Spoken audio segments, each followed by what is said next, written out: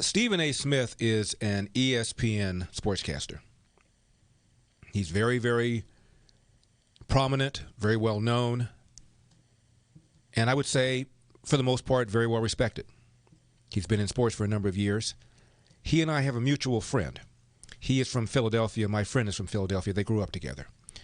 And one time, my mutual friend arranged for Stephen A. Smith and I to have some drinks together. We did. I thought he was a very pleasant guy.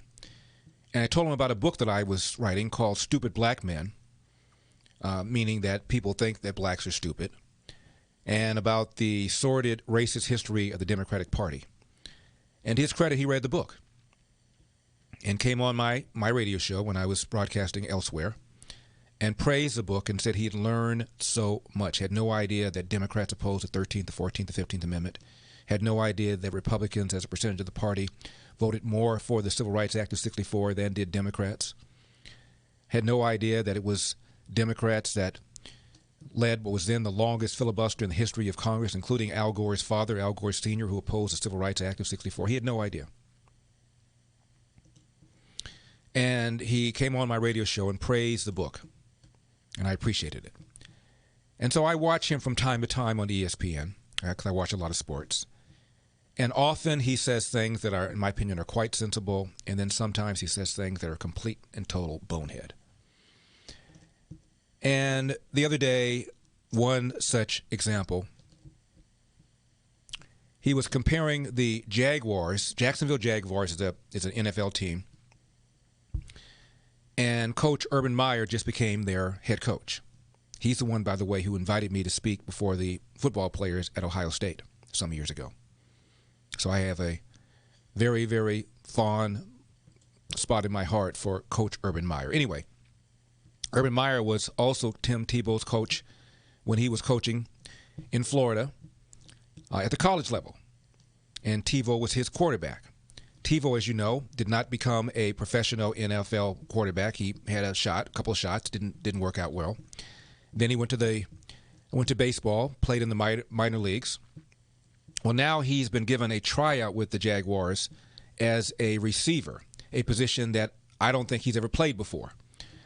And Stephen A. compared the Jaguars extending Tim Tebow the opportunity to compete to George Floyd's death. How do you connect the two of them? I have a problem with it. And in the interest of full disclosure, I texted Tim Tebow a couple of weeks ago. And I told him that if anybody deserves, something along this line, it's him. Just from a human perspective. I think that he's one of the great, great people that I've had the pleasure of meeting in this business. Okay, now notice he said, I texted him, I told him, if anybody deserves an opportunity, it's you. Now watch him contradict himself in a little while. He's a really, really good dude. His heart's in the right place. He's very charitable and philanthropic with his intentions and his actions. He's a pillar of that community, especially. Was a star at Florida State, et cetera, et cetera. And so I'm happy for him, meaning Tim Tebow specifically. But when you look at... Here comes the but. Just the totality of the situation. When you look at the totality of the situation, once again, if I'm going to bring up white privilege when I brought up Steve Nash getting the job in Brooklyn, is this not an example of white privilege? Are you kidding me? An example of white privilege? The man's coach, former coach, is now coaching an NFL team, a bad NFL team. And he knows a little something about Tim Tebow, knows a little something about what he can do, and that's an example of white privilege? How many black NFL coaches have become head coaches without any experience at all? A boatload of them have.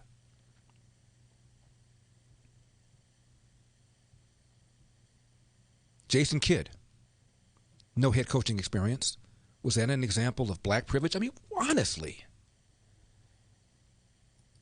What brother is getting this opportunity? Now, that makes people uncomfortable because we're talking... Tyrone Lue didn't have any head coaching experience before he became head coach. Talking about race when I say something like that. Let me be the first to say, I don't give a damn how you feel. Okay, you're a tough guy. You don't care how anybody feels. I mean what I say. Okay, you mean what you say. It is white privilege. It is white, honestly.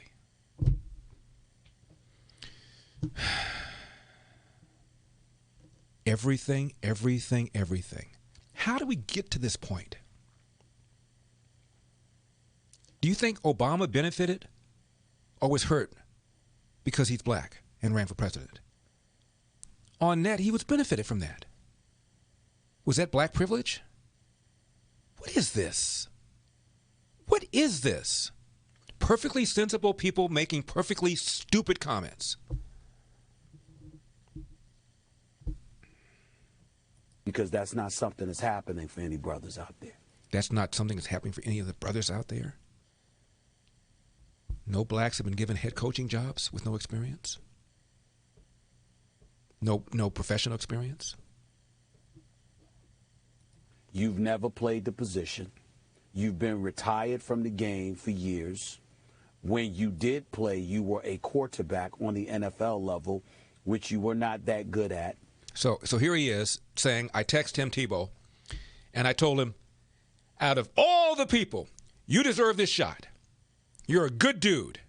And then he proceeds to say how horrible he is and how he doesn't deserve the shot. I mean, what? Is this not an example of white privilege? What brother you know is getting this opportunity? Now, that makes people uncomfortable because we're talking about race when I say something like that. No, it makes people uncomfortable because it's stupid.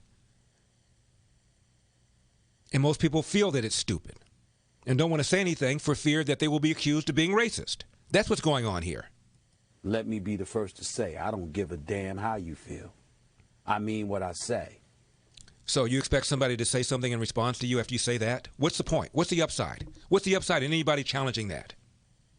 It is white privilege because that's not something that's happening for any brothers out there. You've never played the position. You've been retired from the game for years.